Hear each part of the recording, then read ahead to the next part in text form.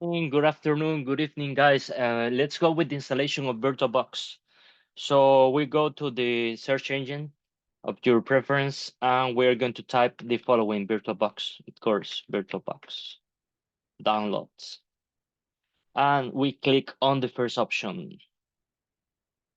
We select our operating system. In my case, it's Windows, but if you have a different one, you can do some research and investigate on how to install it correctly in your operating system. At this moment, I will explain only Windows option, but you can actually look in YouTube videos and investigate on how to do it in Mac OS or in Linux operating system. Uh, but since most of the people use Windows, I am explaining Windows only for today. So we minimize the window and we double click in the downloads option. We go to the downloads option. Let me just remove this. How do I remove it? We go to the download option and we double click on it. We click on yes, and I need to close this mouse. Okay, let's wait for a couple of seconds and we click on next here, next, and yes, basically it's install and we wait for a moment.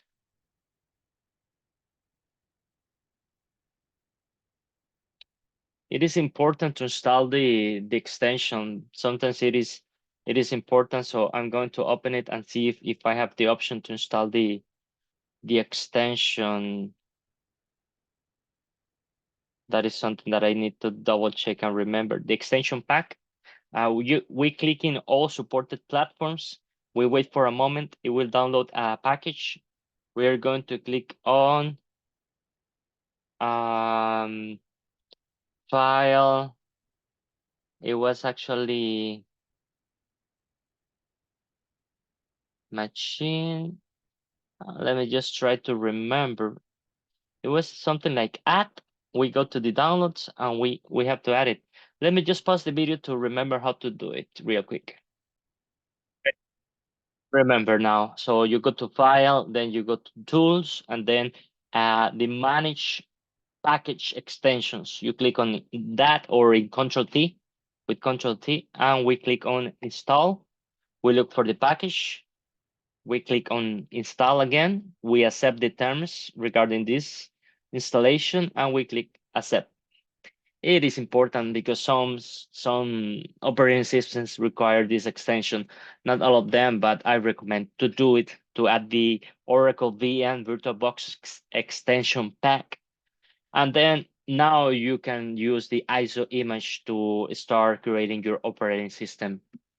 I will move forward because I will explain how to install the Rocky Linux operating system in VMware Workstation Pro, and I will also look for a video tutorial in order to show you how to install VMware Workstation Pro successfully and all that.